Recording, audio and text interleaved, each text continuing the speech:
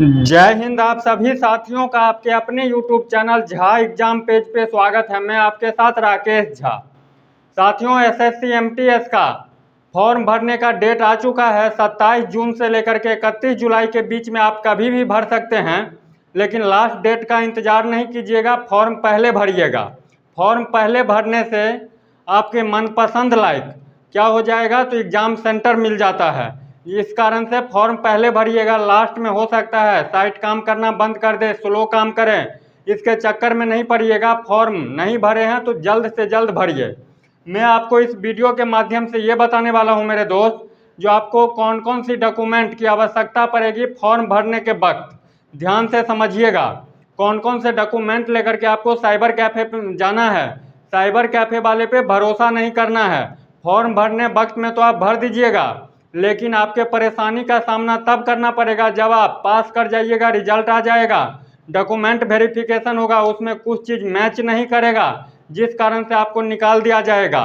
तो ऐसी समस्याओं से बचने के लिए आप निश्चित रूप से इस वीडियो में शुरू से अंत तक जरूर बने रहिएगा। एक एक बात बताता हूँ।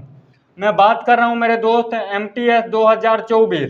एमटीएस कहने का मतलब मल्टीटास्किंग स्टाफ पोस्ट की बात करूं मेरे भाई बहन, तो टोटल पोस्ट है 8326। इसमें दो तरह की पोस्ट है, एक एमटीएस एक हवलदार। तो दोनों के लिए सेम डॉक्यूमेंट चाहिए, डॉक्यूमेंट में कोई अंतर नहीं है। ध्यान से समझिएगा। रजिस्ट्रेशन डेट कब से है, तो 27 जून से लेकर के 31 जुलाई के बीच में आप कभी भी फॉर्म भर सकते हैं। लेकिन मैं पहले भी बोला हूँ, लास्ट डेट का इंतज़ार नहीं कीजिएगा, फॉर्म पहले भरिए और तैयारी में लग जाइए। ये नहीं जो फॉर्म भर करके सो जाइएगा, तैयारी में लगिए, तैयारी कीजिए, तभी सिलेक्शन होगा। पोस्ट है हजारों में, वैकेंसी लोग डालेंगे लाखों में से आपको हजारों में आना है। इसके लिए मेहनत करना पड़ेगा, किसी की बातों में नहीं आइएगा। जो हो ही जाएगा कर ही लोगे, ये होगा वो होगा, मेहनत के अलावे कुछ नहीं। रजिस्ट्रेशन डेट कब है, 27 जून से लेकर के 31 जुलाई। क्वालिफिकेशन जग जाहिर बात है 10th पास। कितना होनी चाहिए, 10वीं पास होनी चाहिए। एज यदि एमटीएस के लिए भरते हैं तो 18 से 25। आपका मिनिमम एज 18 साल और मैक्सिमम एज 25 साल। और यदि हवलदार के लिए भरते हैं तो 18 से 27, मिनिमम 18 मैक्सिमम 27, 27 साल। एग्ज़ाम कैसे होगा, तो एग्ज़ाम ऑनलाइन होगा। जैसे सब एग्ज़ाम होता है ऑनलाइन, वैसे ही ऑनलाइन एग्ज़ाम होगा। ये तो बात आपको भी अभी तक पता था। अब सुनिए, ध्यान देने वाली बात, आपको जो डॉक्यूमेंट में रखना है, क्या क्या लेकर के जाना है साइबर कैफ़े। मैं बार बार बोलता हूँ, या खुद से भरते हैं तब तो सोने पे सुहागा, कोई दिक्कत ही नहीं है।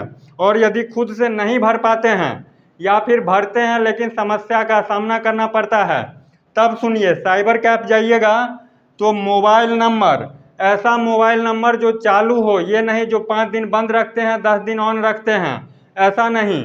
ऐसा भी नहीं रखना है जो 10 दिन रखते हैं फिर 20 दिन बाद उस सिम को तोड़ करके फेंक देते हैं, ऐसा नहीं। परमानेंट मोबाइल नंबर जिससे आपसे संपर्क हो सके, जिस पे आपका ईमेल आ सके, और एक ईमेल आईडी।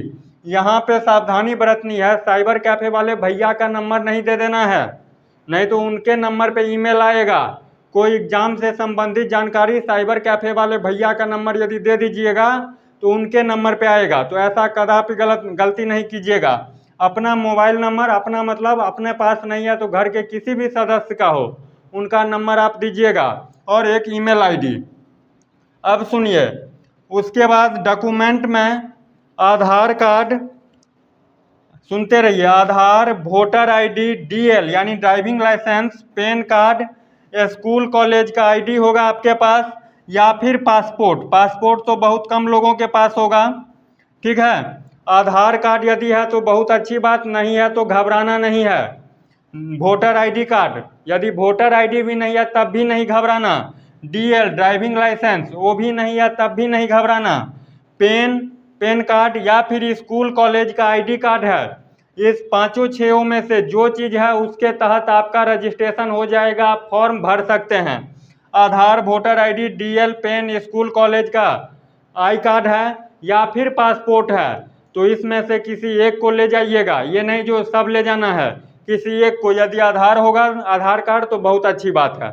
यहाँ तक समझ में आ गई बात। अब आगे बढ़ते हैं। आगे बढ़ने से पहले यदि आप सटीक जानकारी, अच्छी कंटेंट चाहते हैं और सटीक बात सुनना चाहते हैं, ये नहीं जो लड़ने वाले ये फंसने वाली बात नहीं।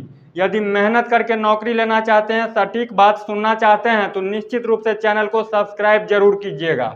अब सुनिए, इम्पोर्टेंट डॉक्यूमेंट्स में 10th क्लास का मार्कशीट, 10वीं जो आप पास किए हैं उसका मार्कशीट, इसमें परसेंटेज का खेला नहीं है, इसीलिए शर्माना नहीं है। जो साइबर कैफ़े वाले भैया देख लेगा या कोई दोस्त देख लेगा जो मेरा इतना ही नंबर है, इसका टेंशन नहीं लेना है, सिर्फ पास होना है, परसेंटेज का कोई खेला नहीं है, सिर्फ आप 10वीं पास होनी चाहिए।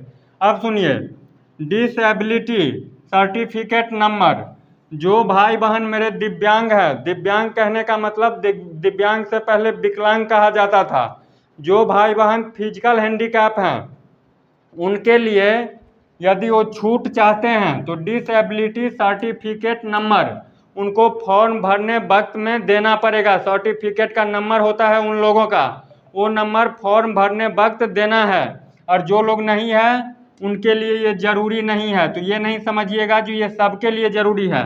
एक बार मैं फिर रिपीट कर देता हूँ, जो भाई बहन मेरे दिव्यांग हैं उनको फॉर्म भरने वक्त डिसेबिलिटी सर्टिफिकेट नंबर डालना पड़ेगा, इसलिए वो सर्टिफिकेट लेकर के जाइएगा, या फिर नंबर याद करके जाइएगा या लिख करके जाइएगा, ये आपके मन की बात है। और जो नहीं है उनको टेंशन नहीं लेना है, जो मेरे पास ये नहीं है, ठीक है, ये विकलांग लोगों के लिए है। अब सुनिए, ओबीसी से यदि आप हैं या एससी से हैं या एसटी से हैं तो आपको कास्ट सर्टिफिकेट आपको फॉर्म भरने वक्त में वहाँ पे ले जाना है साइबर कैफ़े में, उस भैया को दिखाना है, उसके लिए एक कॉलम है। जब एसएससी की वेबसाइट पे जाइएगा तो वहाँ पे पता चल जाएगा। कास्ट सर्टिफिकेट यदि आप छूट लेना चाहते हैं ओबीसी एससी एसटी, तो कास्ट सर्टिफिकेट ये जनरल कैटेगरी वाले के लिए नहीं है, जनरल कैटेगरी वाले के लिए सिर्फ 10th क्लास का मार्कशीट होनी चाहिए। समझ में आ गया यहाँ तक बात? अब आगे बढ़िए, ईडब्ल्यूएस के तहत यदि आप कोटा लेना चाहते हैं तो इसका भी सर्टिफिकेट होता है, वो यदि आप सबमिट कीजिएगा तो 10% का आपको क्या मिल जाएगा, कोटा मिल जाएगा, यानी छूट मिल जाएगा।